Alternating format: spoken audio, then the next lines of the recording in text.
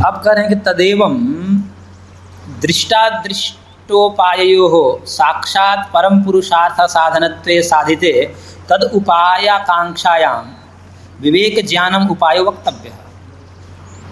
इस प्रकार से दृष्टादृष्ट उपायों से जो है साक्षात परम पुरुषार्थ का असाधनत्व सिद्ध करने के बाद, क्योंकि इस दृष्ट और अदृष्ट उपाय यानी कि लौकिक और वैदिक उपाय जो है साक्षात परम पुरुषार्थ यानी कि मोक्ष की सिद्धि में साधन नहीं है, असाधनत्व साधिते इसको सिद्ध कर देने पर तब स्वाभाविक रूप से आकांक्षा होती है कि जब वैदिक लौकिक उपायों से मोक्ष नहीं मिल सकता, वैदिक उपाय से नहीं होता, किस उपाय से मिलेगा? तो तद उपायाकांक्षायाम, उसके उपाय के विषय में आकांक्षा होने पर विवेक ज्ञान उपायुक्त है। विवेक ज्ञान का उपाय अब कहना चाहिए, विवेक ज्ञान ही एकमात्र उपाय है।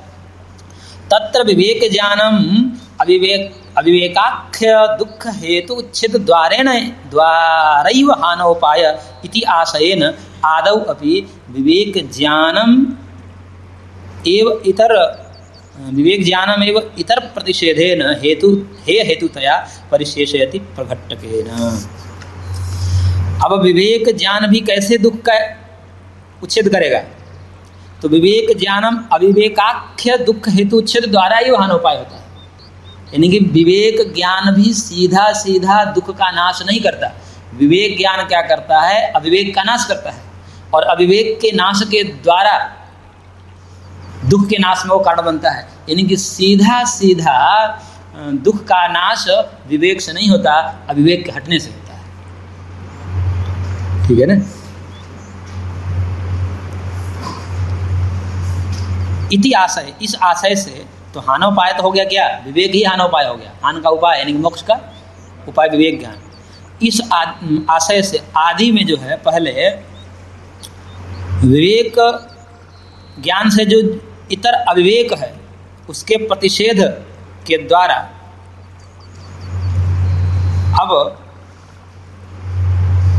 अविवेक को अंततः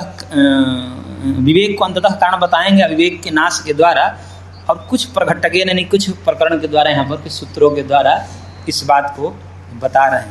तो सबसे पहले यह समझना होगा कि आत्मा मुक्त होता है, आत्मा की मुक्ति की बात हो रही है, तो आत्मा मुक्ति में बंधन में होगा, फिर उसका बंधत्व कैसा है, यह विचार का विषय है। तो सबसे पहला विचार का विषय यह है कि आत्मा को क्या मान लीजिए, स्वाभाविक रूप से ही बंधन में है आत्मा। बंधन आत्मा का इसलिए मुक्त हो ही नहीं सकता, क्योंकि कभी भी किसी भी स्वभाव का नाश नहीं हो सकता। तो फिर भी आपका शास्त्र व्यर्थ है। जब आत्मा को स्वाभाविक बंधन स्वीकार कर लेंगे तो फिर ये सब व्यर्थ है आपका उपदेश करना तत्व ज्ञान का। इस आशय से सूत्र बोले न स्वभाव तो बद्धस्य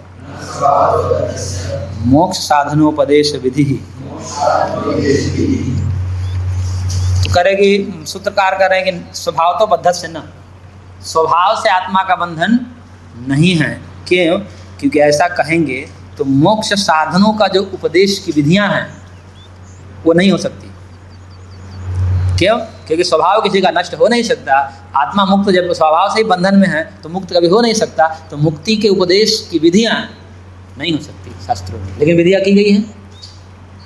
इसका मतलब कि आत्मा का स्वाभाविक बंधन नहीं होना चाहिए। करेंगे दुखात्यंत निवृत्तिर मोक्षत्वस्य उक्ततया बंधुअत्र दुख योग एव। दुखों की आत्यंतिक निवृत्ति रूपी मोक्ष जो कहा गया है,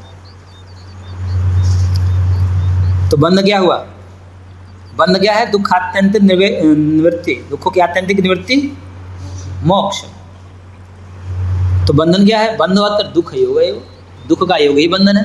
दुख का अभाव मोक्ष, तो दुख का योग बंधन।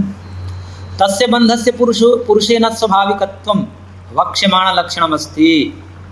यतो न स्वभावतो बद्धस्य मोक्षाय साधनोपदेशस्य श्रौत्रस्य विधे अनुष्ठानम नियोज्यानाम घटते।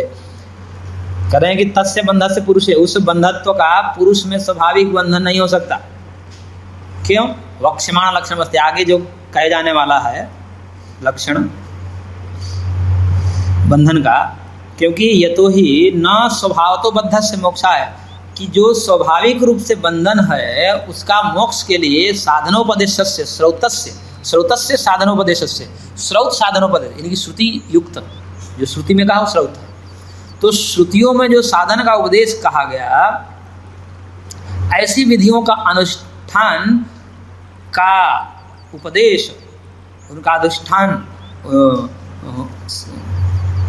की विधि संभव नहीं है। नियोज्यानाम न घटे, उसका नियोग यानी कि विधि संभव नहीं हो सकता, क्योंकि जब स्वाभाविक रूप से बंधन में है तो उसको मोक्ष कैसे हो सकता है।